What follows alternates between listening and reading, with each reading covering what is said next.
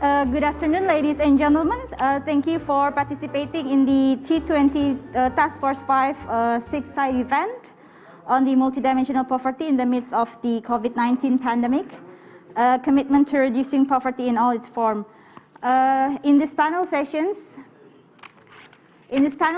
we will have inclusions of multidimensional aspect to respond to the need of understanding the complexity of poverty and provide data-driven policy. My name is Asri Yusrina and I will be your moderator for these panel sessions. So today we are welcome our presenter of these panel sessions. We have Ms. Sanjukta Samadar and Ibu Wijayanti Isdijoso or Ibu Anti. Also we have Sala Avolayan from the National MPI team of Nigeria. So I would like to invite Ms. Sanjukta Samadar and also Ibu Anti to the podium. We are welcome Ms. Sanjukta Samadar and Ibu Anti. Please welcome.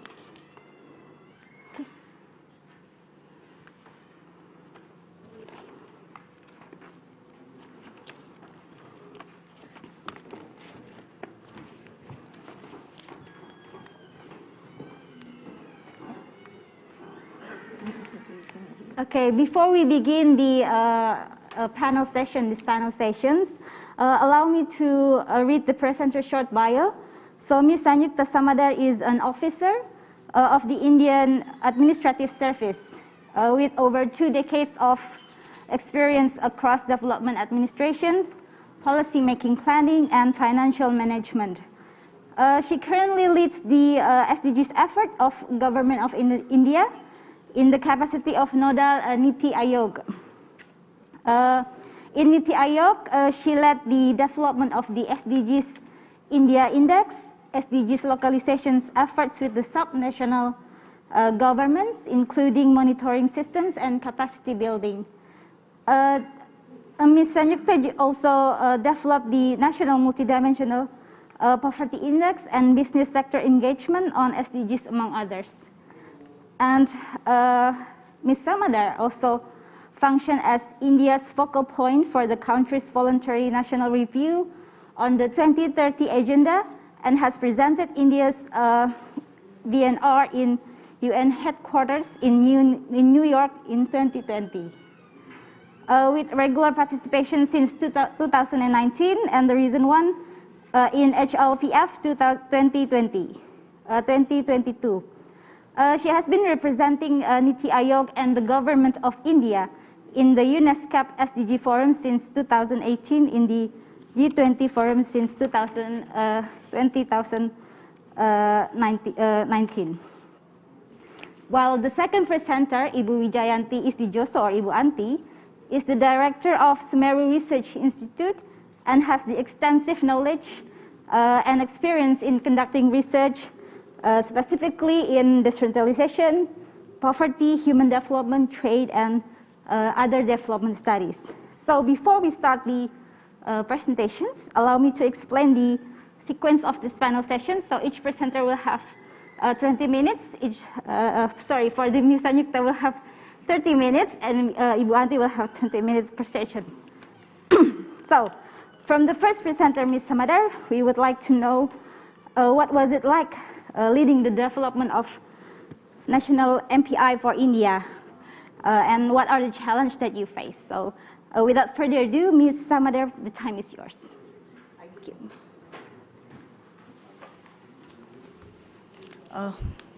Can we have the presentation, please?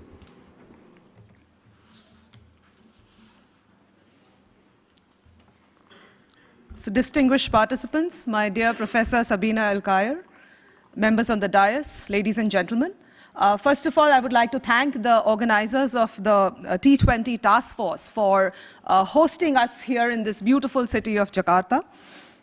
Thank you, ladies and gentlemen, for allowing me to take you on a journey of how we built India's first multidimensional poverty index in a country which is home to 1.3 billion population and living across 36 subnational government states and union territories and over 700 districts, all of which are at very grossly different levels of development, at different stages of developmental outcomes and trajectory. So what I present before you today is going to be not only the process in which we built the national MPI, but more so a testament of how this national MPI has empowered us as a country to assess and estimate the pace of our own development, the efficacy of our development programs, to understand what are the challenges that pandemic has posed in course of the various sectors of health, nutrition, education, and standard of living, and also trigger action in the area of finding those innovative solutions which will address these challenges across all these sectors. Much of it is a follow-up of the potency of this powerful tool in triggering action, policy-making action at the topmost levels, and also programmatic intervention at the very granular and the grassroots levels of districts in a country like India, and also obviously, allowing us to that entire tool of how does one prioritize action amidst limited resources and allocate budget. So let me begin with how a country like India, which has always had a monetary metric of poverty, and the last one being in 2011, how in a country like India, the first challenge we faced was basically to get a mandate, a political and a bureaucratic mandate, to develop a multidimensional index of poverty. And this we found legitimacy in India's commitment, along with all the 193 countries' commitment to the 2030 Agenda for Sustainable Development, at the heart of which lies leaving no one behind, ending poverty in all its dimensions, and specifically the target 1.2, which talks of reducing by half people living in poverty in all its dimensions according to the national definitions. And that is where Niti Aayog, the National Institution for Transforming India, which is the custodian agency for measuring and estimating poverty, got the mandate to not only create a customized MPI, but more so to create a forum for competition among all our subnational units, primarily to accelerate their development outcomes, and also going further in terms of using these insights which are thrown up by MPI into creating that extremely granular and disaggregated action plans at the level of not only the country, but more so at the level of the states, and going down to the level of the 700 administrative districts that we have. So now, what do we see in terms of what a country needs to adopt, to construct, to estimate, and finally institutionalize an MPI in a vast country like India? And this is where, ladies and gentlemen, a very thought out, a well thought out, structured strategy is required. So what we did in our country is create a four-pronged strategy, as you can see in front of you. And the first part of it is definitely institutional ownership. So we do not want an MPI, a rich body of knowledge like MPI, to become a mere report in the, in the cupboards of the Planning Commission or the Planning Ministry or whatever. What do we require for that? We require an institution which will own the MPI, will construct it, and will take it forward in terms of driving action through the MPI.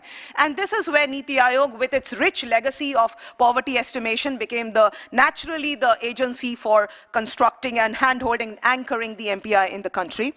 Now, MPI is largely, one can always see that it's multi-sectoral, it cuts across ministries, and therefore that requirement of involvement of multiple ministries, in not only in the central government but also in the state governments, was a much required approach, and therefore the indicators and the candidate measures, they were all mapped to different ministries and departments, so that every ministry has its own designated responsibility in the entire scheme of things. As a democracy, we have a parliament, we have the legislature, who always has the oversight on MPI and on poverty estimates. So we are very happy to say in that even just before coming to Indonesia, we had a starred question in Parliament, which is like a full-on 2-hour discussion on the estimation of MPI and how it will be used further in the country. So we're very happy that even the Parliament has taken cognizance of this and is probing further in terms of what could be the possible uses. Pillar number 2, ladies and gentlemen.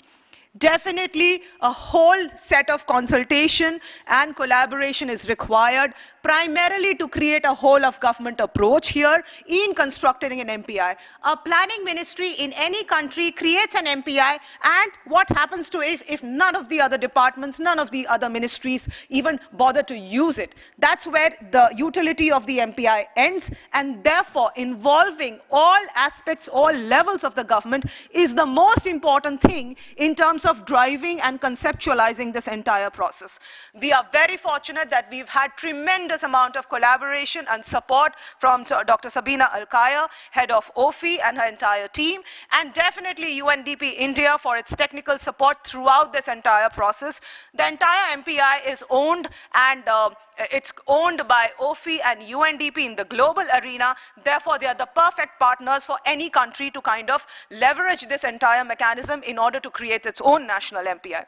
So definitely one good thing that we did here was, the entire thing was being led by Niti Aayog, and we developed with OPHI a whole set of candidate measures were developed, in fact, and these were done in consultation and collaboration with all the ministries. And finally, the actual set was, we came to a consensus on that. Going beyond, pillar 3, building capacities and institutional knowledge. What happens when a new country decides to take up something as complex but deceptively simple as the MPI? That's where, we require the support of OPHI, we require the support of UNDP, but finally what we realize is that the institutional capacities of the homegrown institution has to be built. The capacities, the technical capacities, the understanding, and the ability to keep on working on subsequent editions of MPI on regular updations is very important to ensure the sustainability of the project. And therefore, obviously, OPHI and UNDP has played a very strong role in building the capacity of our team in Niti Aayog to calibrate, to estimate, to construct the MPI, not only the baseline report which we release, which is on the table, and also to generate the next changes over time. Thank you, Sabina, for all your hand-holding. I'm your most, your distant students forever. So again, the other thing is not only developing capacities within the institution, which is hand-holding and working on the MPI in the country, but more so in a federal country like the states. So if the central government kind of does the MPI, and again, the states don't use it, then again, the utility of the entire tool is lost. Therefore, we had to do a huge amount of process of engagement with all our 36 states and union territories in terms of building their own capacities of understanding what the MPI is, of sensitizing, of deconstructing what the MPI means, and the utility of the tool in terms of how it can address, how it should drive policy level action of programmatic intervention and budget allocation as well. Lastly, a positive externality, what we saw in course of the last 2 years, is that the capacity of the state statistical institutions and ministries also increased over time because of these kind of workshops in terms of using the DHS, the Demographic and Health Survey data sets of the country, in terms of using their microdata, something which the states had not done so far. So, lastly, obviously, the most important thing is, which even Dr. Foster spoke about, as to one thing is constructing an MPI and then make it an academic project, a research project, but then that's not the end of it. The utility of an MPI is 25% in construction and 75% in actually that leading to triggering action and programmatic intervention at the grassroots level, at the local level. And that requires, what we've seen is a whole of government approach, primarily because the measures that you see is a mix of indicators which cut across all these different sectors and which are dealt by different ministries, not only at the central level, but also at the state level. Again, this is what it requires is a whole amount of horizontal integration at the level of national ministries, the state departments, and so on, and more so at the level of vertical integration. Why vertical? Because the MPI disaggregates. It goes granular, it gets localized to the downmost level, to the smallest unit of administration, and therefore we see the requirement of a chain of vertical integration and coherence from the central level to the state level and finally to the level of the districts. Now, what you saw in the first pillar being the institutional ownership, we put into practice in this form. So what it happened is this is an embodiment, a practical embodiment of what the whole of government approach and institutionalizing an MPI looks like. We have the MPI Coordination Committee, which is anchored at the Niti Aayog. We have all these ministries which map to all the indicators and ably and very strongly supported by UNDP and OPHI. So this is where all the candidate measures, the different alternatives, the different versions were thoroughly discussed and debated so that there is an ownership for every ministry in terms of what the action plan needs to be. It is not merely construction, again, that I want to emphasize. Finally, what the insight leads to is what are the things which require to be done in order to improve, reduce the deprivation in, let's say, school education or drinking water or housing.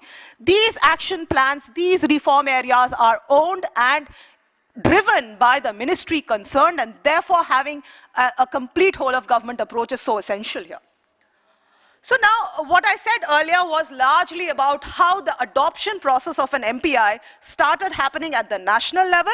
Now this is, ladies and gentlemen, at the level of the states. We have 36 states, as I just mentioned.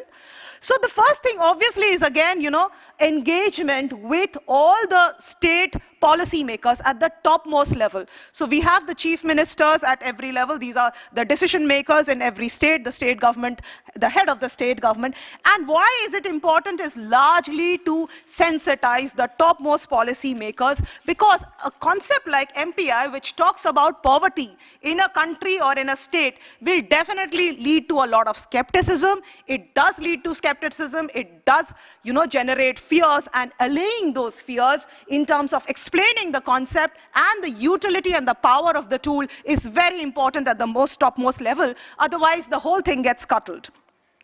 The next thing is largely the institutional ownership at the level of the state and its districts. The same thing I'll show you again in the next slide. What is important was to make every chief minister, the political elites and the bureaucratic elites to understand, the decision makers, that the tremendous rich baseline insights that MPI provides in terms of it measures the outcomes of every scheme that we have on ground. It tells us the efficacy and the success or the failure of our development programs. It gives insights about how to prioritize the sectors, how to prioritize your geographies, and also how to allocate your resources. So these are the kind of insights that are required to be sensitized. This requires sensitization, and this is best done by complete demonstration at the level of the states. And therefore, obviously, the next thing is prioritizing actions, areas, and then creating the action plans for every state, which is customized to every state and to every district. I'll tell you why it needs to be customized, because of the tremendous amount of intrastate disparities that we have in India.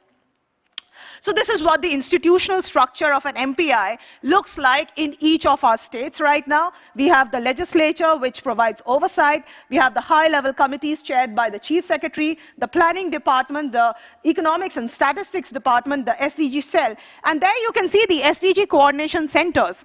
So the SDG coordination centers, now I have to tell you this, that as Niti Aayog, we are the nodal agency for the SDGs also, and therefore MPI, with its overlaps with the various 6 or 7 SDGs, it falls again within our mandate. And therefore what we did exactly is that in the states also, we anchored the MPI in the SDG centers or the SDG coordination centers. In several states, UNDP is also operating the SDG coordination centers very beautifully, and therefore MPI again gets embedded over there. So a picture, yes, definitely I would like to share this with you. This is all our intensive engagement and outreach with all the state governments. These are all the topmost policy makers across the states, and that is where we get the push and the drive. And this actually, the sensitizing and making the chief ministers aware as to the power of MPI, that is what led us to that entire drive where states have actually adopted the MPI and are encouraged with that entire scheme as to how much of development, how much of reduction is happening across these 4 or 5 years, and that's what will be coming out very shortly in the latter part of this year. So this is what has been our engagement looks like, a complete whole of government approach. But definitely we need to understand one thing, that only engaging with the policymakers and decision makers for a case like MPI may be necessary, but it is not sufficient. The sufficiency comes from the impact of this tool, the lasting impact of MPI actually comes from public outreach, from citizen awareness, and this is what requires a very robust, well thought out, a very clear and transparent communication strategy. And look at the amount of publicity, look at the amount of media attention that MPI got when we released it in October last year. In terms of, this was the first non-monetary official estimate of poverty across all deprivations. It has granularity to the level of 700 districts, and it also leads to the next thing, which is changes over time. What has been the development trajectory in India across all its 36 states, all its 700 districts, on poverty, on multidimensional poverty. This is the power of the tool, and this captured the attention of the national media. This led to tremendous public and citizen awareness, and this, my dear friends, this gave the nudge to all our policy makers, our topmost decision makers, to accept it and to own it, and then finally to drive it as well. So this is not something which I need to talk over here. This is what our national MPI looks like. The two differences are largely maternal health here and bank accounts here. We needed to customize it, and maternal health these two indicators were added after a lot of deliberation. Again, the baseline MPI we released based on the NFHS 4, which is 2015, which is the DHS for the country. It's the largest survey in India. And based on the DHS 5, which is 2020, we'll be shortly coming out in collaboration with OPHI and UNDP, the changes over time report, and we are very eagerly looking forward to that. I will definitely share some nice nuggets here in the forthcoming slides. So the two new indicators, a woman, this was very contextual to India because there are issues here, and therefore the indicator of a woman who has given, must have had 4 antenatal care visits and must have had childbirth assisted by trained birth personnel, and obviously the post office account. Now, the numbers, the results, this is based on, again, 2015-16. Please note that these are 2015-16 numbers. See the differences in the country. There are states, you can see the top reds and the oranges, and you can see the greens. This shows, actually, the head count and intensity is right in front of you. This shows that there is no, this gives a lesson. One policy fits all will not work in a country like India. More so, see the differences again. There are just 5 or 6 states less than 7% headcount, and you can see the topmost states, 51%, 42%. So how can a policy will uniformly apply to the entire country? Again, going beyond the entire country and the states, look at what the districts look like. So this shows again that granularity, the power of public policy lies in granularity. When we give, every district is headed by a district administration and a district collector. When we give so much of data to a district collector on 12 indicators, they know exactly where to focus, whether they have to focus on childbirth, whether they have to focus on sanitation or cooking fuel. They know exactly what to do with this in terms of, hitting the nail on its head. Now, obviously, the ranking of districts and states does have the added bonus of leading to a lot of competition, and Indians love to compete and would perform much better if there is a very competitive environment. And this is what happens that, again, outcomes become faster, accelerated efforts, and so on. So again, we are talking about the uncensored headcount here. So now you can see the comparison between the yellows and the greens. The yellows are 2015, the greens are 2020s, and see the reduction. Particularly if you would like to see the reduction in cooking fuel, 14.5% reduction, sanitation 21.75%, housing fairly less, largely because of the definition of housing which is followed. We did not change the global MPI definitions largely because we also wanted to push our the country's rankings much better. So the housing deprivation is less largely because, again, in India, there's a lot of focus on, relying on natural materials, on locally available materials, which doesn't get covered under the global MPI definitions. So this is like largely what the reductions look like. And remarkable is the importance of the standard of living indicators, which has largely shown that in the last 5 years, the efficacy of schemes in cooking fuel and sanitation and housing, electricity, drinking water, all these has actually led to a lot of substantive improvement in the living conditions. Moving beyond, now quickly I'll show you, she's already giving me an indication. So quickly I'll show you what the MPI, national MPI we've done. We've gone from the national level to the state level. This is a regional level. So we have the northeastern region, which is fairly Himalayan, has hills, has issues of connectivity, is geographically unique, has cultural diversities from the rest of the country. And what we can do is we can find a regional estimate which will actually pinpoint what are the peculiarities, what are the contextual issues that are faced by a region. Similarly, one can do again, obviously the contributing factors to the multidimensional poverty can be done for each of the levels that I'm showing you. This is just a sample of a state like Andhra Pradesh. Again, the headcount ratio and all that.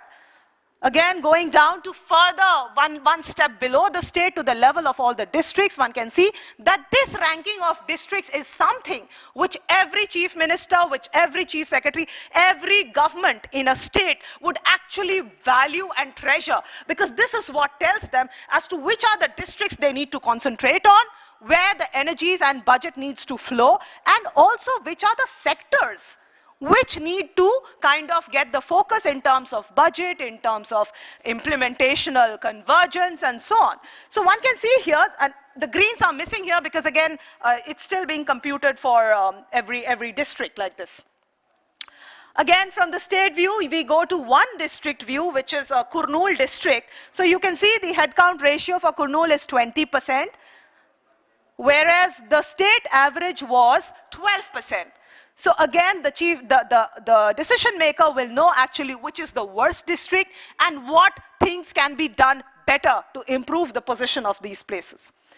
This is again the uncensored, the contribution, the percentage of population deprived in an indicator in a particular district. Now, this is what I'm sure, Dr. Alkaya, you would like, you're part of this, you know this. So this is what, the changes over time, this is provisional data, and therefore we are just giving you a simple kind of a feel as to what has been the improvements that I showed in the previous graph of all the 12 indicators. What has it led to in terms of MPI scores? So you can see that the first one on that side is basically 2015, and the reds are moving to greens. And this is the good news that we bring in terms of how MPI enables us to measure what we are doing. Is it right? Is it wrong? Is it in the right direction? And what more can be done to understand whether poverty is declining, whether we are actually lifting people out of multidimensional poverty. Again, the same thing in terms of a district view, more granular, more disaggregated. So you can see there were a lot more reds and yellows, which are now turning into greens and different shades of green. So what is the point of this entire trajectory is not to end there. That is where the public policy comes in. That is where, the government sets in. And this is where it's not merely the government, it is the whole of society that has to come in together, along with the private sector, along with the think tanks, along with the civil society as well. So what we've done is we engage, not only engaging with the states in terms of developing the MPI, but more so in terms of developing these insights. What I showed you for every state, for every district, is what we actually take to each of the state governments when we do all our workshops in all the states despite the pandemic years. And that is where we try to develop a very customized reform action plan at the level of the states and also at the 5 most backward districts in each state. So this is, I'll just leaving you with an example. I don't know why we can't see this. Okay, so what it looks like, these are for each of these 12 indicators that you saw, we developed these complete reform action plan Excel sheets in terms of whether it's a personnel issue, whether it's an implementation issue, whether it's a legal issue, and these are the kind of, this is simply for years of schooling and school attendance in terms of what are the possible reform action areas, what would be the priority, the implementing department, the implementing agency, and all this is then fed into a dashboard for anytime monitoring, for real-time monitoring of these issues. It's not visible for some reason. Again, this is nutritional. So these are just samples that I have just attached because it's a huge kind of an exercise. And for every state, it changes. For example, I'll just give you a quick example. For things like, let's talk about education in the state of Kerala, in which it's the southernmost state, in which only 0.7% are deprived. So educational reforms in this particular state will look contrastingly different for a state like Bihar or Madhya Pradesh, where the percentage of deprivation is as high as 40 to 51%. So that's why these are very customized to the needs and the specific realities of each and every state. Finally, I'll end with the summing up of the challenges that we face and how does one address it. Definitely the political buying in of this MPI, which is deceptively simple but has very many layers to it, is the most important challenge, and that is why we aggressively dealt with it right even before we began the MPI construction, that this is the method, this is the global MPI, and these are what the insights come for every district, for every state, and what is the value of it, what is the power of this tool which brings on the table of the political decision maker. That is what actually helps into buying in of the political decision makers in every level. Again, discerning the multidimensional and money metric, I think this is one of the challenges which every country faces. India was not an exception at all, because all this while we've dealt with only for 50, 60 years, we've dealt with only a below poverty line, a numeric measure of poverty. What is this suddenly, why does a country move from a money metric or a consumption-based poverty into a multidimensional poverty? This is a question which everybody has to face it and everybody has to address it. The best way of addressing is that it is not substituting the money metric poverty, it complements it, it supplements it, and what it does, it gives us insights for triggering actual programmatic intervention and policy action at the ground level, and that's the best way one can tackle it. Also because it enables us to understand that who are those poorest of the poor, which is very important for addressing the SDG agenda of leaving no one behind. Capacity constraints, definitely. Continuous building of capacities within the national framework, within the country, within the states, if it's a federation, is very important so that the sustainability of the project goes on, and that is where OPHI and UNDP have a very strong role to play. Definitely the frequency of, because, again, the DHS comes not every year, it comes once in 3 years, at least in India. Again, in several countries, the frequency may be different. But pandemic, what it did was it actually it halted this frequency as well, and it imposed severe obstacles. However, we are out of it, but this is something which we need to address in the long run. Largely, again, I will end with the submission that MPI adoption is most important for triggering action and for translating these insights into these insights on what are the outcomes of our development policies into programmable and actionable inputs. And this, I think, largely because this is done at such granular levels, at such disaggregated levels, that it's one of the best ways of monitoring and measuring whether the state, the government, and the country is going in the right direction in terms of addressing multidimensional poverty. I leave you with a body of our work. This is the national MPI, and then these are all our work on the SDG India Index series. These are our dashboards. Everything is in the public domain in the Niti Aayog website, and we would really, really appreciate to get feedback from all of you here and through our participants online. Again, I would again like to thank the T20 Task Force for taking up this issue, very important issue of multidimensional poverty.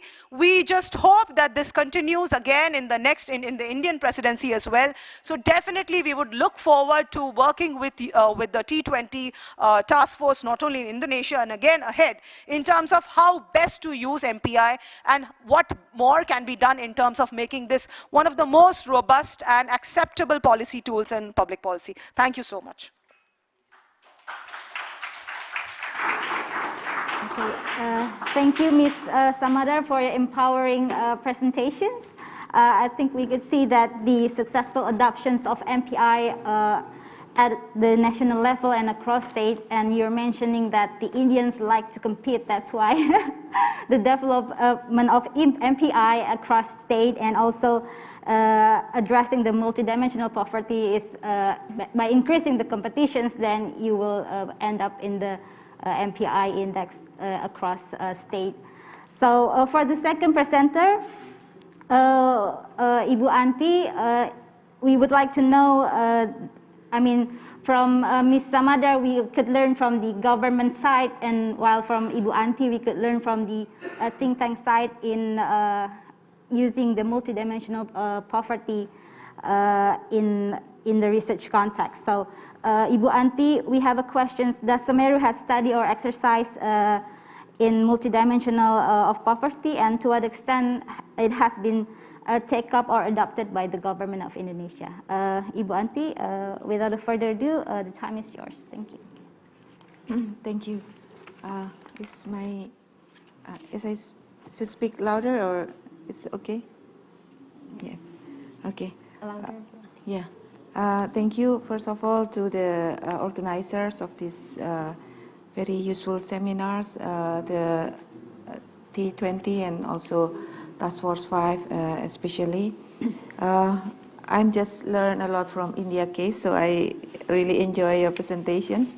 And I mean, this morning there has been a lot of discussion, I mean, why Indonesia has not adopted MPIs officially, and when I see your presentation, I think we still have a lot to do, yeah, if we would like to have MPIs in as an official tools for the governments. But I think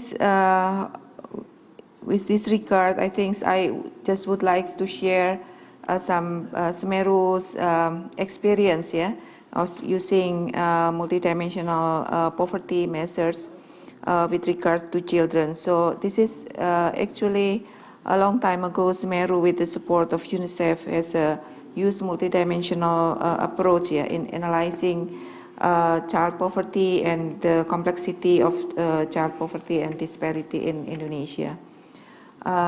So I think this slide, you can start. Can we show the slide, please? Can you show the slide? Thank you.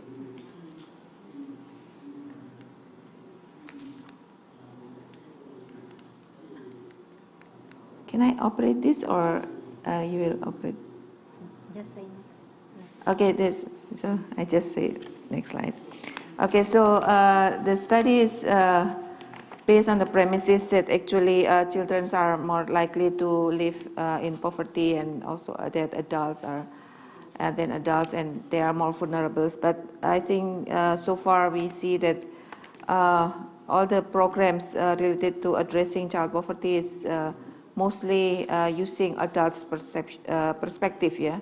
So this study is actually two rounds of studies. One is using quantitative methods to look at the multidimensional of child poverty and disparity, and the second is trying to see children's perspective on their deprivations.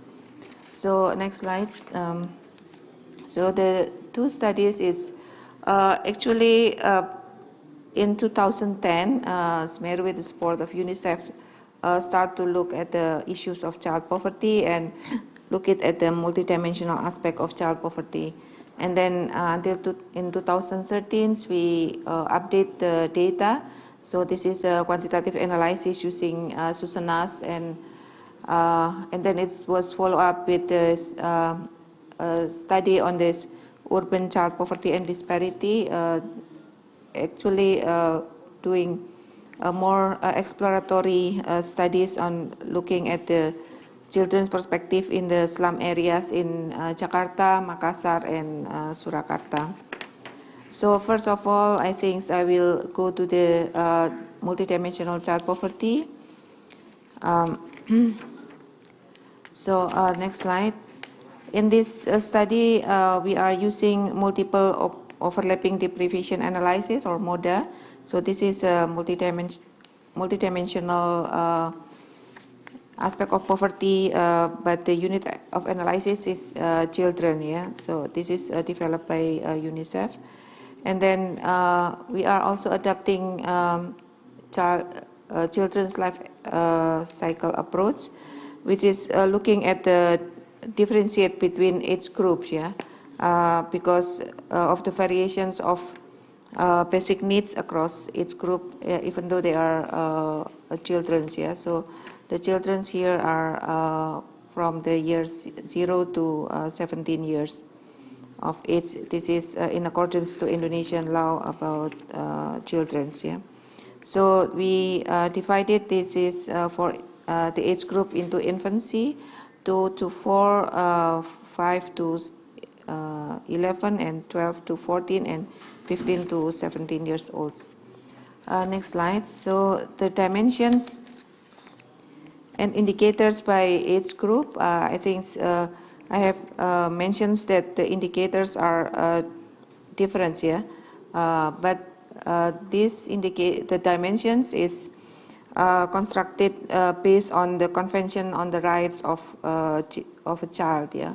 So this is sorry, this is very. So we have 8 dimensions. Yeah, and I think the indicators is varies between age group. Yeah, some are applied to the older ones, like internet access and information devices, and but the others are more applied to younger age group. And the next slide. So we will not show the overall result of the exercise. I think the publication is available in SMERU website, but just to show you some of the examples of the results of these presentations. So this is for the infancy. Yeah? For the infancy, I think if we try to look at the deprivations across wealth groups, so we divided the wealth group into poor using national poverty line, and the vulnerables, this is like 2 times the poverty lines, and the wealthy is more than 2 times poverty line. So we can see here, I think this is as expected. So in general, the children's in the poorer wealth groups is actually more deprived than at the wealthier wealth groups. But we can see that, I mean, the deprivations is actually for some aspect, for example, for registrations and also for housing. I mean, there is, even in the wealthy groups, there are still children who is deprived in these dimensions. And next, another examples is for the eldest groups, 15 to 17 years old. The dimensions are more, there are more dimensions applied to this age group because they are already in the age of becoming labor force. So we can also see here that the patterns is very similar, but in terms of health, this is vaccinations and medical treatment. I think there are almost no difference here between the poor, the vulnerable, and the wealthy children's. So, and I think is the registration is still one of the dimensions that are still deprived in amongst the children from the wealthy groups.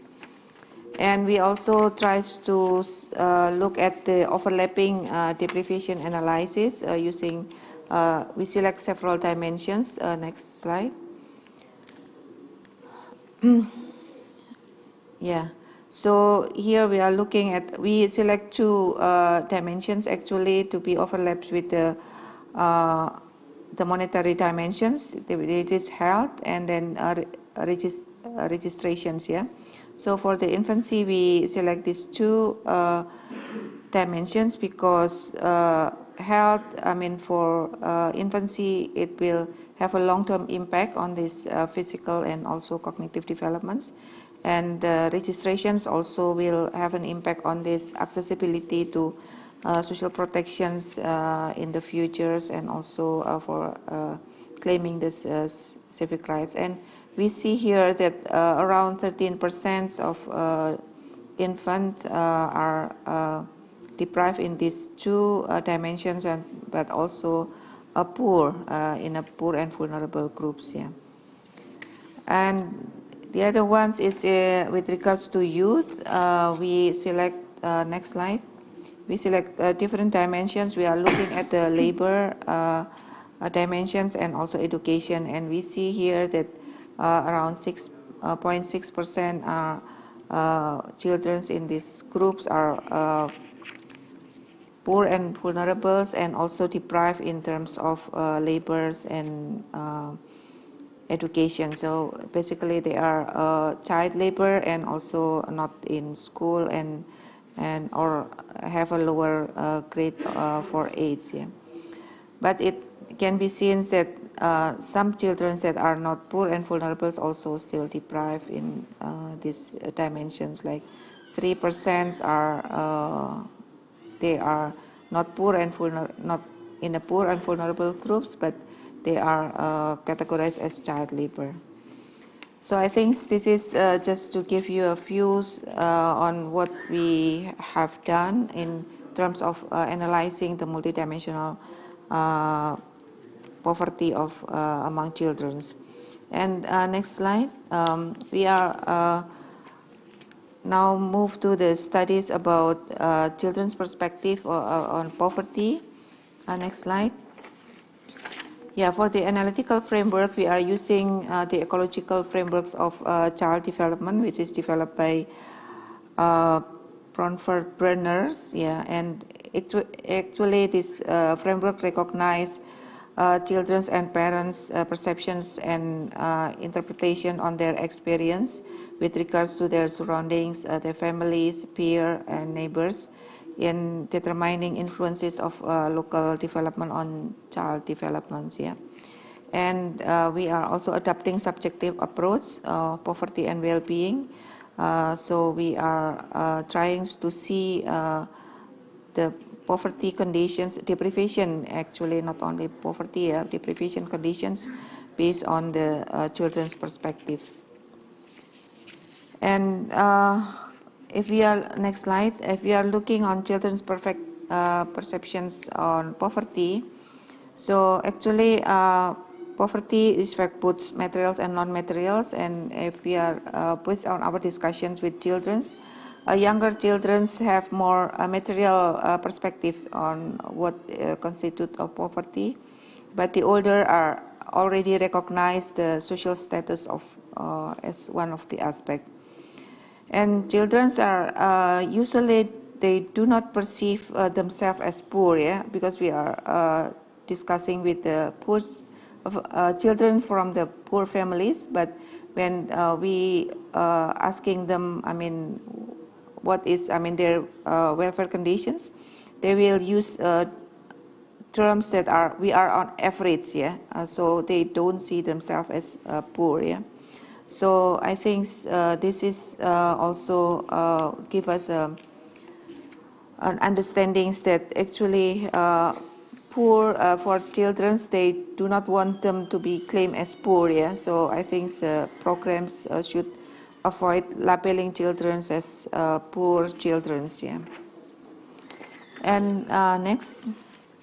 And if we are looking at the children's perspective on housing and living environment, they see that their surrounding environment is unclean, So because they are living in an area where there's a lot of carpets that are dumped carelessly, and the houses often get flooded, and they also have considered their poor housing. Yeah, so their house is semi-permanent and overcrowded and very close to one another, so they are very exposed to social tensions of their neighbors. Yeah, so this is also a stressful conditions for the children.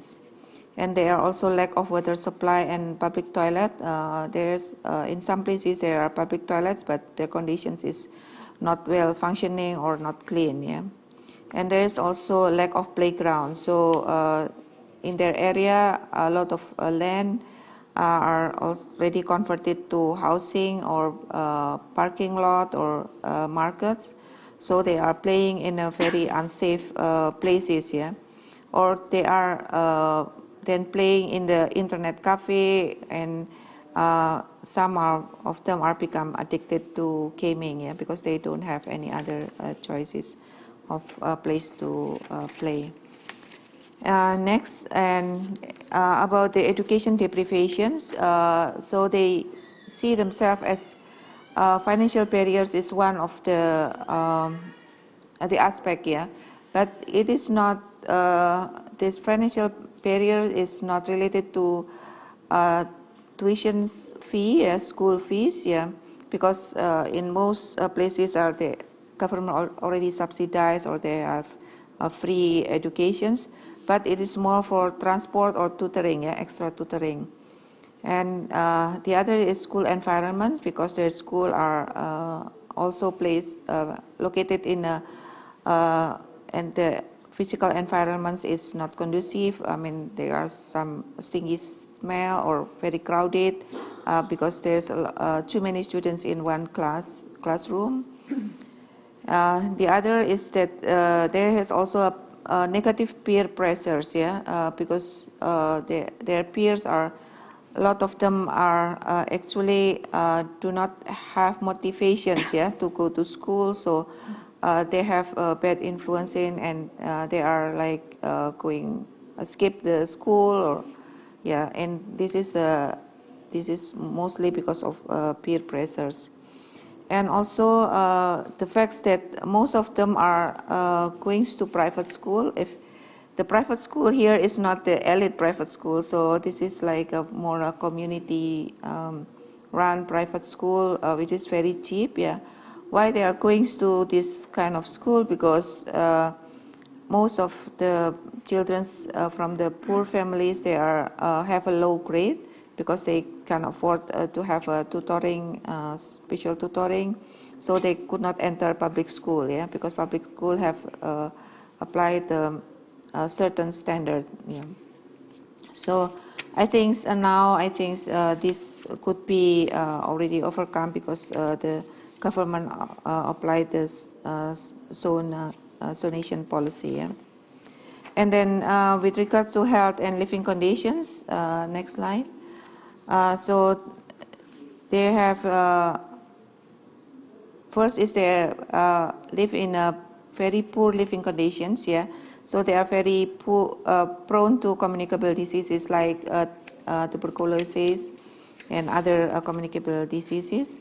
And there is also a high burden of from out-of-pocket health expenses, even though they are already get the subsidized health security, but not of all of them are getting access to this kind of social assistance.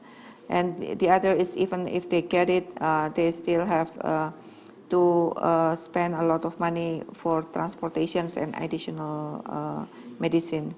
And there's also lack of nutrition. So this is some of them are eating less than 3 times a day, and they also lacking of nutritious food. And with regards to working children, next slide.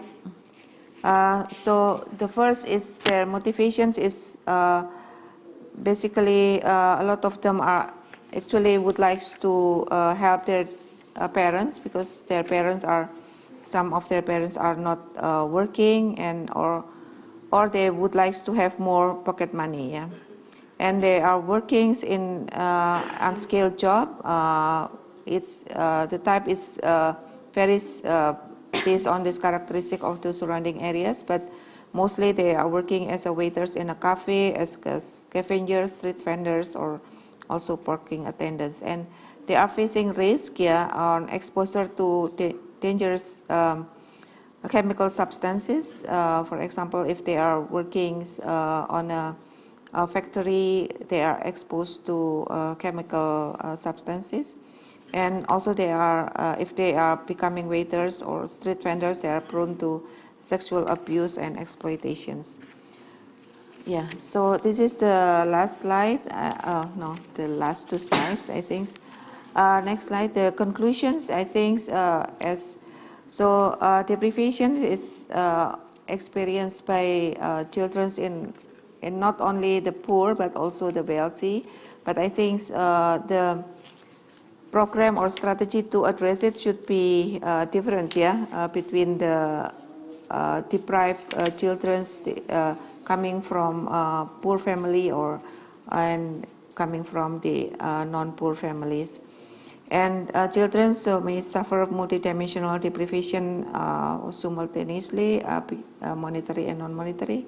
And also the children actually have their own perspective on the poverty conditions that they are facing. And the last slide, next. I think answering the questions from the moderators about what is, from the study, what is the result in terms of adoptions of this approach.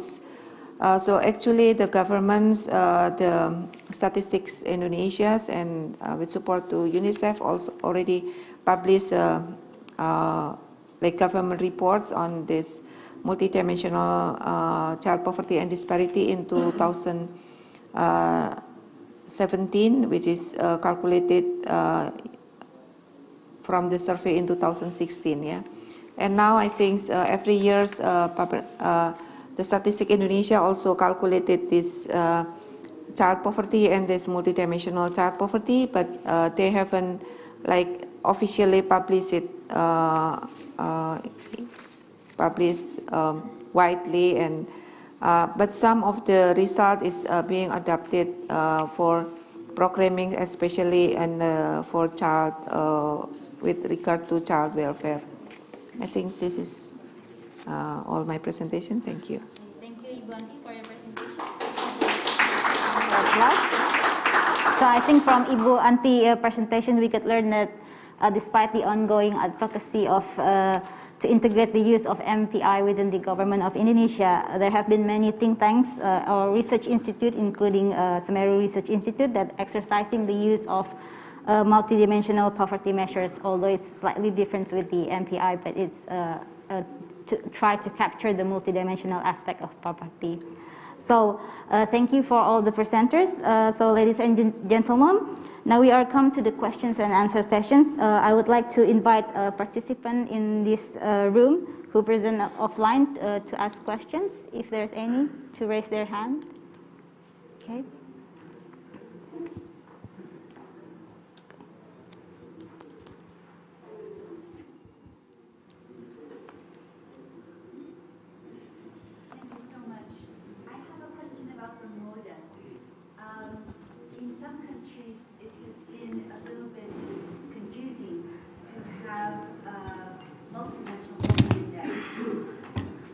One structure of dimensions and indicators, and then modas for young children and modas for older children. And so sometimes it's almost too many indices. So some governments have decided to take their national MPI, look at each child who's poor by the national MPI, disaggregate it, but then add dimensions of individual child indicators, like early cognitive development or immunization or child labor, if that particular child is attending school and things like that. And so then you can do the gender, the intra-household, the age disaggregation of children, but you do it in a way that's extending the MPI for the countries. So there's not confusion. There's sort of a a camaraderie, a team spirit. Has that been tried or discussed in Semeru?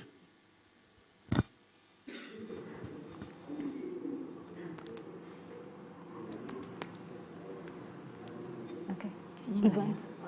Yeah. Okay. Yeah.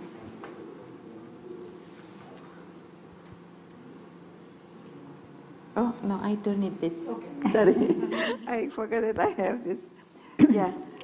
Thank you, Sabina, for the idea. Yeah, I think so far we have not tried this one. Yeah, because I think because also we haven't calculate MPIs. Yeah, but this year we are with UNICEF are trying to update the numbers again, looking at.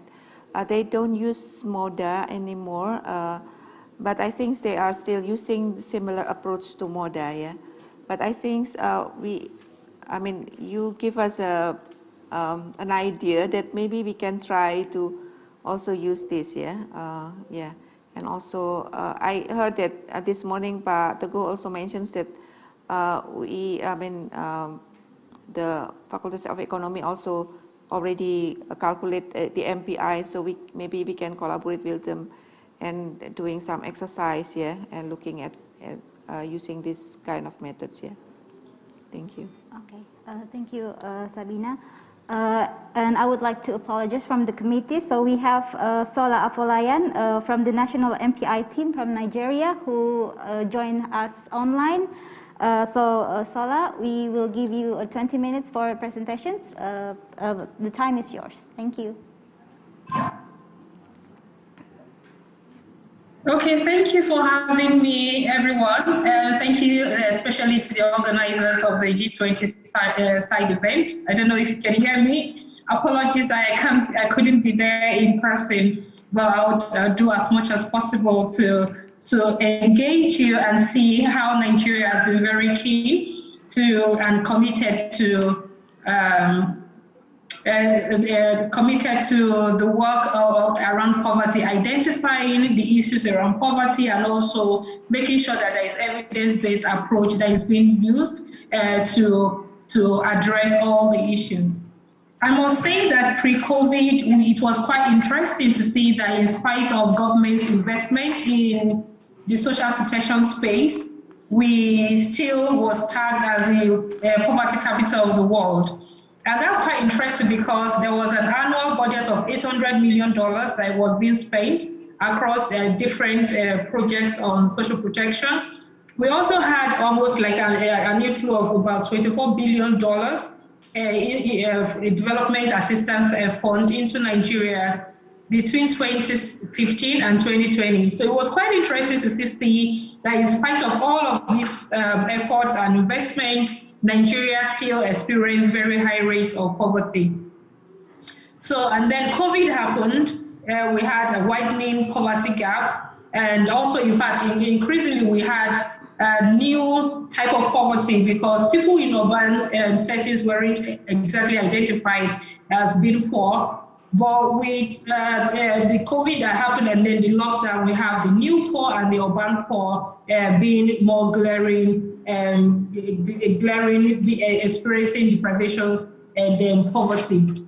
So what we did prior to that was in 2019 at the UNGA, United Nations General Assembly, we engaged OPHI at a side event organized on poverty, and we had the Honorable Minister of Humanitarian Ministry, make some commitment at that event, just like we're having today. And we are not, we have not started any MPI activities at all.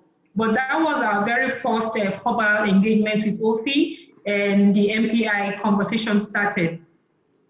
At that very event, the minister committed on behalf of the country to conduct a subnational multidimensional poverty.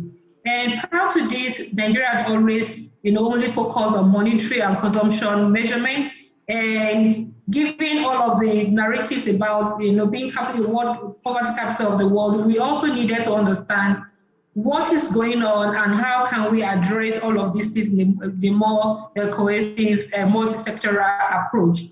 So, and those commitments that were made at the UNGA were we are going to engage a widely accepted measurement unit of the government, which the public trust and also government trust, and that is called the National Bureau of Statistics. So we are going to engage them to conduct the subnational poverty data. We're proud to doing this because of the way Nigeria is structured. You have the federal government and then you have the state government. The federal government cannot intervene in states without their permission. So we began to engage with the state governments themselves to notify them, inform them of the importance of the MPI. And for Nigeria being a over 200 million population, engagement is very key. So you will see me talk through all of the things that we have achieved to date, and then also just minimal challenges. Perhaps more is coming because we have not officially launched the report as I speak. So the engagement of the National Bureau of Statistics was very important. And then we also sought the support of development partners and donor partners because they are quite critical in the development space in Nigeria. Their voice, even though they are not exactly the decision makers, but they are great influencers in that space. So we had the conversations with UNDP, with UNICEF. And like you noted in Indonesia, having that collaboration, because what Nigeria had to negotiate, with UNICEF was to make sure that the modern methodology and the MPI were able to coexist. So within our MPI, which is yet to be launched and very soon to be launched, we have, the national MPI data, but also integrated within it is the child MPI data, not exactly using the model, but the MPI methodology. So at that ONGA 2019, aside the commitment of working with the MPS to have an all-inclusive, acceptable poverty data that will be conducted at subnational level, we also engaged the Ministry of Budget and National Planning. That is very critical because for sustainability and the use of data that we eventually wanted to collect, we wanted to make sure that it is embedded within the national plans. And also, it is also used in terms of budgeting. Because if we have the data, which is the evidence, and we don't have the resources to address the multi-sectoral deprivations that have been identified by the data, then it becomes an issue. So I would say that, so Nigeria has now adopted the MPI as the mainstream poverty measurement. Now it is embedded within the national plan. There's the medium-term national development plan of 2021 to 2026 and the 2026 to 2030. So that's quite a big plus for us, given that Nigeria is quite before you can achieve that, you have to go through the president, you have to go through the legislative, and for that to have been approved, that was quite important. Then we also began to formally engage OPHI to provide us with a lot of support. And so then we introduced what we call the Poverty Policy and Action Lab, which is very early on, but is progressed now. So we have a steering committee chaired by His Excellency the Vice President of Nigeria. And the reason why we put that in is because we are working from the end from the end point right to where we are right now. We wanted to make sure that there is a data demand process in Nigeria. It is systematized where data for the MPI is used across board, not just at federal but also at state. And how can we have that if we don't have the executive backing? So in Nigeria, we have the highest decision-making body that is called the Federal Executive Council, headed by the president himself. So what we did was to engage the FEC, and then they approved what we call the National Poverty Reduction with Growth Strategy. Within this MPRGS strategy, we have the MPI squarely sitting right in the midst of it. So having the MPI in the national plan, having also in the current administration's poverty reduction strategy is quite critical. So as we speak right now, we are setting up what we call the Poverty Policy and Action Lab. Within the Poverty and Action Lab, you can see the different stakeholders that we work with. We work with the MPS, which is the Bureau of Statistics, and different MPAs. The dimensions of poverty within the measurements of MPI, you can see is health related, you can see infrastructure, water resources. So all of these ministerial departments and agencies, what is called the MDAs, are embedded within the MPI, and those collaborations are happening. But I must step back and also mention that Nigeria has, and been working with the World Bank, we have what we call the National Social Register. So, and the National Social Register is the go-to point and should be the only point of data point for everything poverty in Nigeria. So having the MPI and then the NSR as a standalone was going to pose a problem. So what we did was to engage NASCO. NASCO is the National Social Safety Net Coordinating Office, coordinating all social protection work in Nigeria. So, and then they are the custodian of the NSR, the National Social Register. So what NASCO is doing with the MPI team right now is to make sure that data points within the NSR also matches those that have been collected on the MPI. And then all the people that have been interviewed and surveyed within the MPI are also included within the NSR. And this is very critical because the NSR is the sole point where, you know, when you have private sector people, donor partners, and even government want to target people that require social protection benefits, that is the go-to data point that they go. So it was critical for us, given the aim that we have, we want to make sure that there's a robust and improved way of targeting beneficiaries. We include those data that we have collected from the MPI within the NSR. And I must say that that is ongoing. In fact, now that we have the data for the MPI, there has been an analysis, a very detailed analysis of the NSR and also data from the MPI. It's just the field validation exercise that is happening before the data within the MPI is adopted into the NSR. So another point that happens every year is the resource allocation. So if you have data and there is poverty, but there are no resources to address the deprivations that have been identified, then a lot of things will go to waste. So we were running against time to make sure, you know, we wanted to, like I said, we started since 2019, and then we only concluded the field data collection, I think, in Q3 last year and early this year, Q1 this year.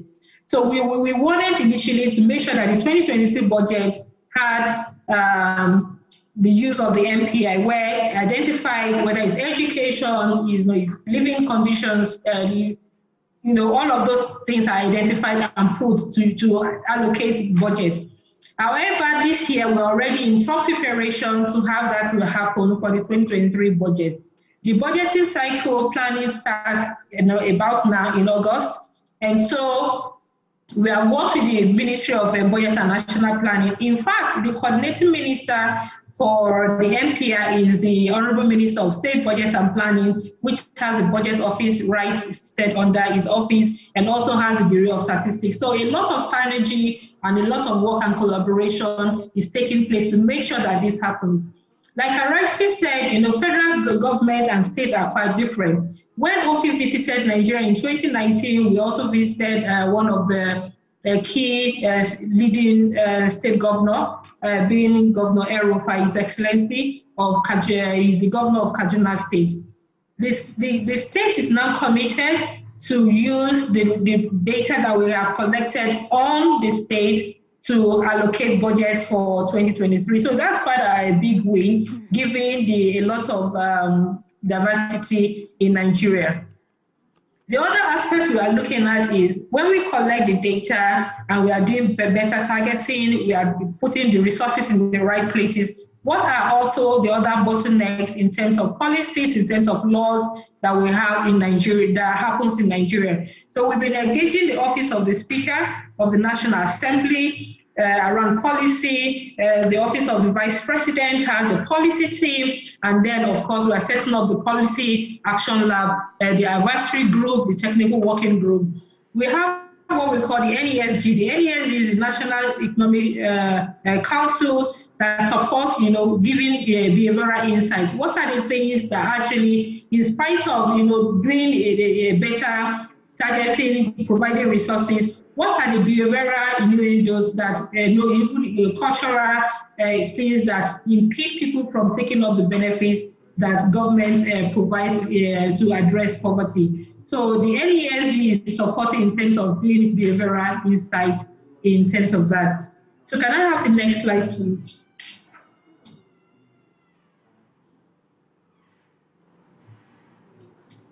So the next slide, so you can see, so we have within the activities which I've summarized, we have a lot of dialogue going on, a lot of data collection, resource allocation, better targeting, and policy action. But one of the points I would need to also emphasize is we have talked, all of the MDAs and the governors, we have engaged them. How are we engaging the population itself? So after the launch or before the launch, we are organizing what we call the poverty roundtable, and that will be the very first one that we do in Nigeria. But it's quite interesting that a lot of things that will be done at this period might be termed as politicking, because Nigeria is in the electionary year. By next year, February, Nigeria will be going to the election polls to elect a new government. Interestingly, the current government will not be, the current president will not be running because he's done a 2-term. So a lot of activities that we are doing right now are being cautious, that it's not termed, it's not politicized. And so that's why you see that even the engagement of the citizens themselves is quite critical. So the organizing the poverty roundtable in all of the 6 geopolitical zones and in most of the states is important for us before we launch the report, or even immediately after we run the report. I think that will be it from me, because Nigeria is yet to publish its report, so I can't share that as we speak. But I know that by the next kind of engagement as we have like this, I'll be able to show at an in-depth level the results that we have in Nigeria. But it's quite interesting because it aligns a lot with some of the findings from the monetary data that the World Bank released this year. Also, the ones that we have done by the NLSS, the National Living Standard Survey within the NSR, and of course, the modern methodology on the child poverty that was released by UNICEF about a month ago. So it's quite an interesting process that we have had in Nigeria, and we hope that by the time we launch it, we'll have the buy-in, as we hope, of the citizens and a lot of the other stakeholders. So thank you. Okay, thank you, Sola, for your presentations. I think we could also learn from Nigeria that the process of integrating MPI into the institutional index that was built, that will be used across state or at the national level. So we will come back to the questions and answer sessions. So I think we have a lot of questions for Ms. Samadar regarding the MPI from the India. So the first questions is from Nathaniel from Faculty of Economics and Business, University of Indonesia. He's asking a question, his question is, how is the process until MPI is recognized by the government institutions? I think, how do the result of MPI is translated into lesson and actions at the different level of government employees? I didn't get the question. You're asking what is the acceptability of the... So the Nathaniel asking about the process of like convincing the government to use the MPI, and then how is the MPI could be recognized across state and at the national level? That's exactly what I presented in, during my the long presentation, which everybody had to bear through. So basically, you know, it's the entire question of how does one get buying in. So Niti Aayog, the National Institution of Transforming India, is responsible for the planning. It's almost like a planning ministry. And Niti Aayog has been traditionally doing the poverty estimates. And therefore, the mandate for doing a national multidimensional poverty index came from Government of India itself. So that too also took a lot of deliberation, and Dr. Alkaya had to, we'd invited her. There was a lot of deliberation with the heads of the Planning Commission of Niti Aayog, of which the chairman is Honorable Prime Minister himself. So you see, the buying in and the mandate came from right at the top. And once that came in, and that's when we decided that finally, if the central government has the mandate to do it, finally every level of government, because of the India is a union of states with 36 states and then 700 districts, so you have decision-making powers at different levels across all these dimensions that you see: health, nutrition, education, standard of living. Most of the decision-making lies at the level at the level of the states and the districts. Therefore, that entire question of getting that ownership, that's when we started doing these intensive workshops and engagement with the topmost policy maker at every state, whether it's the political decision maker or the bureaucratic heads, the secretaries of every department, everybody, and again at the level of the districts. So multiple levels of decision makers at the government, at the political decision making, all of them had to be brought into that fold of MPI. That central government, the federal government, is going to has started working on a new estimate of poverty, which is the multidimensional poverty estimate, and then making every level of government down to the level of the districts understand what is the MPI, how can it be further used, because we are doing the computation.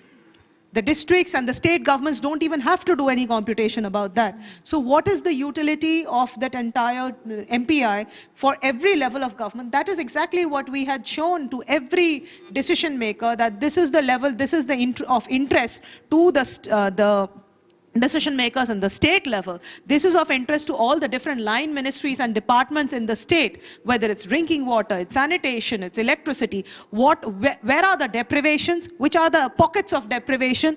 What more needs to be done? The reform action plan, the programmatic intervention, which has to be focused in order to address that deprivation.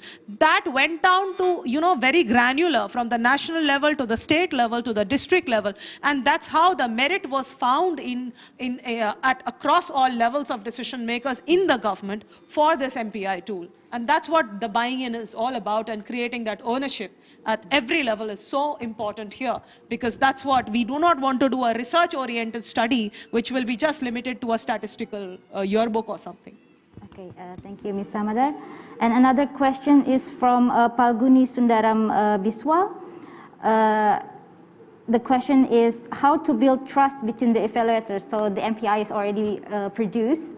So there will be evaluators who evaluate the program actions at the implementer of the government level. So how to build trust between the evaluators and the implementers?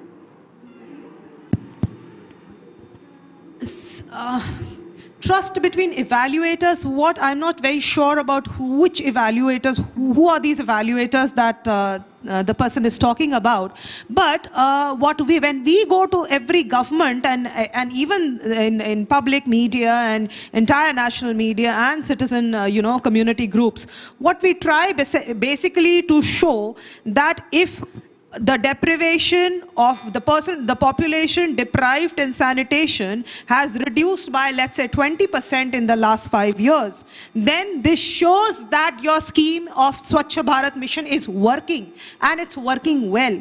Similarly, when we show that when we are able to produce the result, the statistical result, that housing deprivation, or let's say even the electricity deprivation, only 3% of India's population remains with whose houses are not yet electrified, which shows that the tremendous improvements that have happened on ground of the entire household electrification program.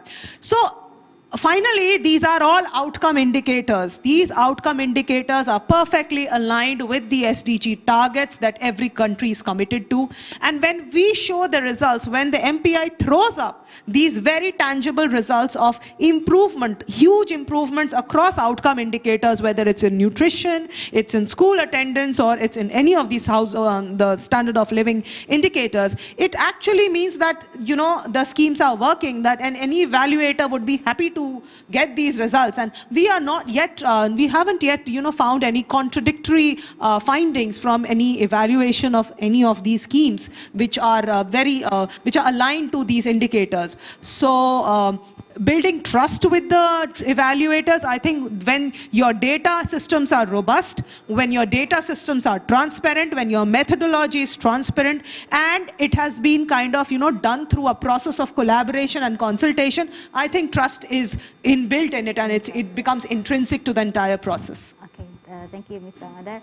So also from the online participant, many of them congratulate to the government of India and also from Nigeria, as Sola present, for taking this initiative in using the MPI for policy making. And the participant also mentioned that they eagerly waiting for the status update based on the latest DHS and also from Nigeria. So I think we can, ladies and gentlemen, we come up to the last agenda, and as we are limited by time, we would like to wrap up this panel sessions and conclude all the presentations from government of India and also from the Nigeria and also from Semeru. As we can learn from the government of India and Nigeria, we should build the 4 pillars, if I could use the Ms. Samadar presentations, that the government, I mean, in using the adopting the MPI, first is to create institutional ownership, and then to consultations and collaborations among institutions and ministries, and the third is building capacities and institutional knowledge, and also the fourth pillar is to triggering programmatic actions. And while for the think tanks in Indonesia, perhaps specifically for Semeru, for the multidimensional poverty of children, could collaborate with other think tanks to produce the MPI children. So use the MPI approach to create the multidimensional poverty of children. So hopefully the presentations will give benefit for us, and thank you for your attention, and please give applause to our presenters today. Thank you.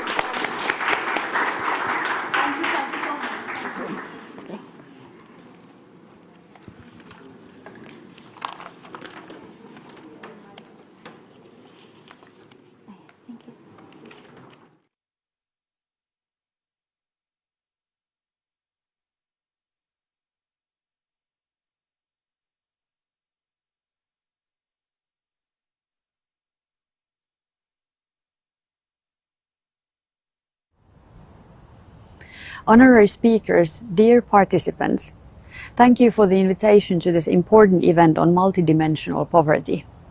Poverty reduction is one of the biggest and most important challenges of our global community.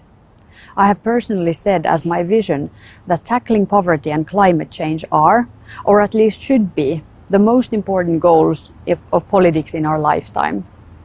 Environmental crisis and poverty are linked. People with lower incomes living in poorer circumstances have only a small impact on climate change or biodiversity loss, but they suffer most from the impacts. People living in poverty have less possibilities to adapt to environmental crises. This spring and summer we have witnessed extreme heat waves, for example in India and Pakistan, that have caused immense human suffering and even death.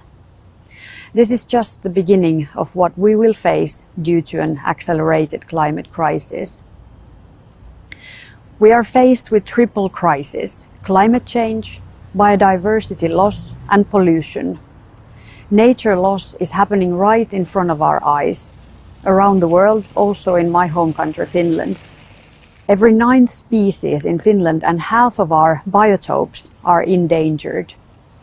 For addressing climate and nature crisis, we know this is not only an ecological issue, but more and more also a health and economic issue.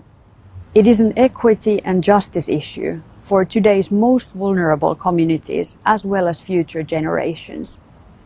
It is about food security, about epidemics and pandemics, about access to fresh drinking water, and about rising sea levels that threaten coastal human habitats. And most of these happen in countries that are not responsible for the majority of emissions caused. Nor have they had a chance to enjoy the prosperity that many of the richer nations have achieved through polluting the planet. Finland continues to underline the need for an ambitious post-2020 global biodiversity framework, which sends a clear message with regard to sustainable development, ecological prosperity and well-being to all. Focusing on the drivers of biodiversity loss and using the best available scientific knowledge is vital. Pressures on nature and thus also towards human health are intensifying. For our common goal to halt and reverse the biodiversity loss by 2030 and beyond, and for making meaningful progress, new forms of cooperation, knowledge and innovation are required. Additionally, we need to strengthen the understanding of the vital interlinkage between food systems and biodiversity loss. For example, we rarely think that the value of pollinators is measured in tens of millions of euros only in Finland if we consider that humans would be paid to do the same work. Globally, this amount is astronomical.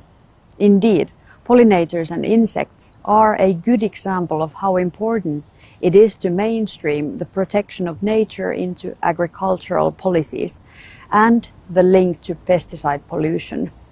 The Finnish government approved in 2021 a new report on development policy across parliamentary terms, which relies on a human rights-based approach and includes biodiversity conservation as one of the main objectives and as a cross-cutting theme.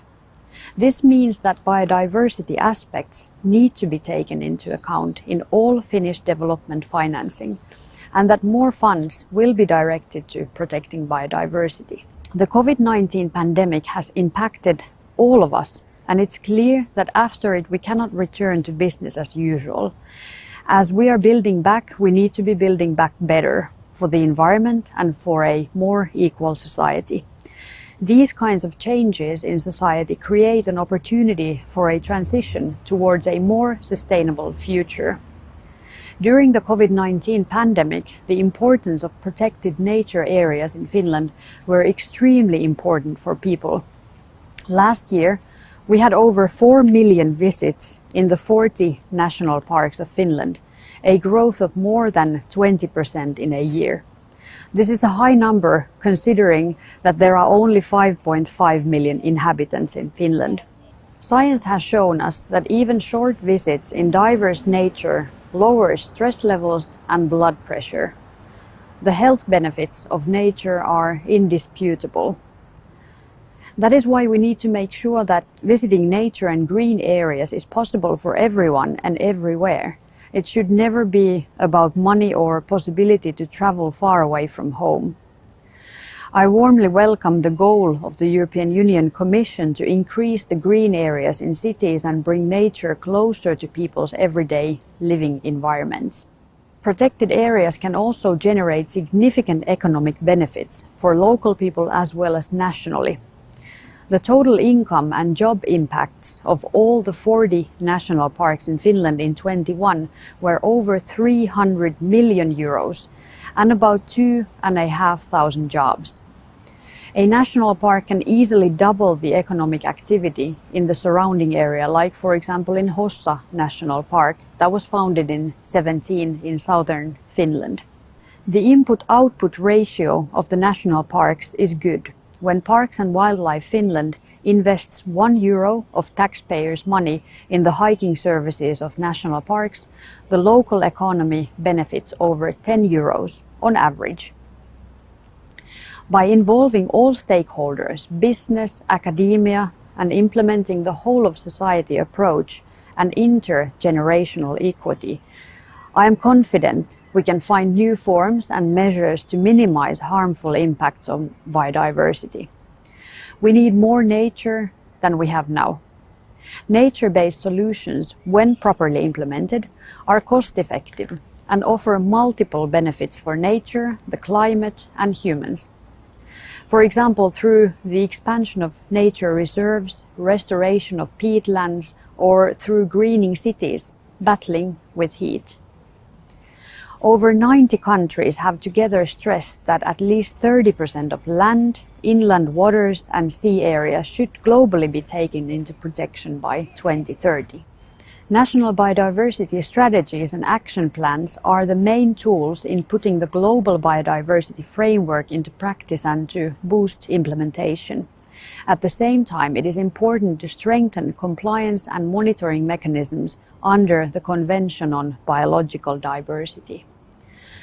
Professor Partha Dasgupta has brought the attention of the world on internalizing biodiversity into decision making.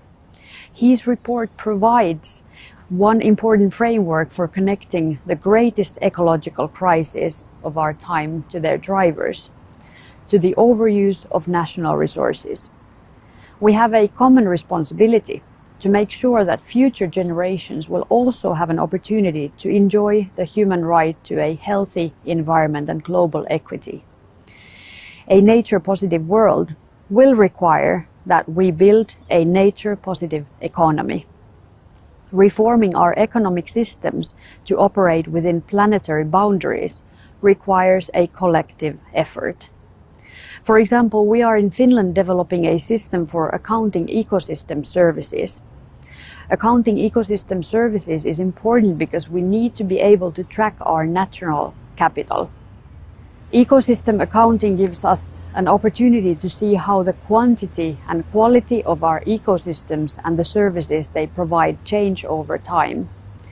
It could also help us to measure better how the different ecosystem services benefit people with different economic status.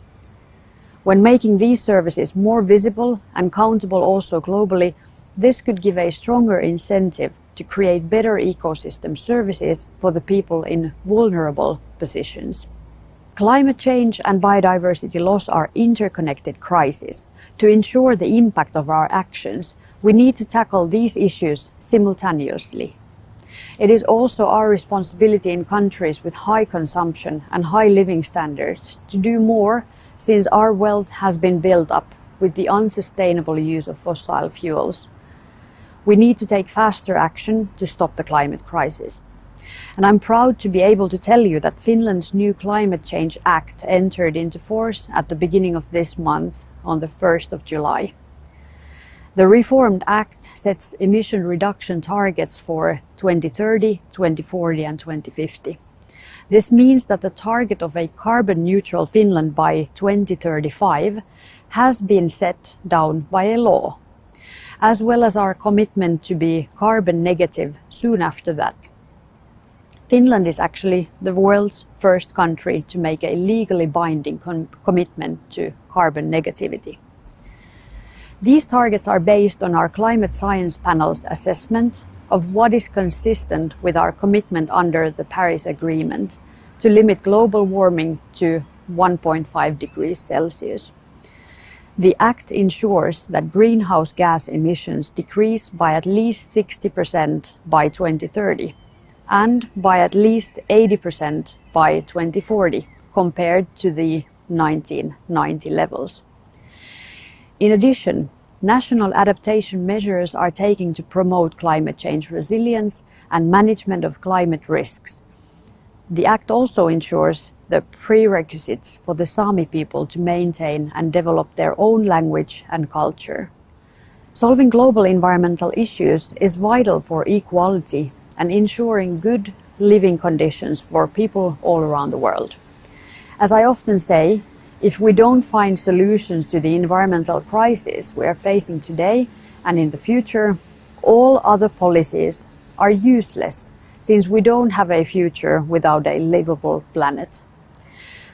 I hope that we could show that Greta Thunberg was wrong when she said that we will not understand it until it's too late. Tackling poverty together with the climate crisis and biodiversity loss are the most important challenges of our time. The best time to act was already yesterday, but the second best day to start doing more is today. And as Greta wisely put it, the moment we decide to fulfill something, we can do anything.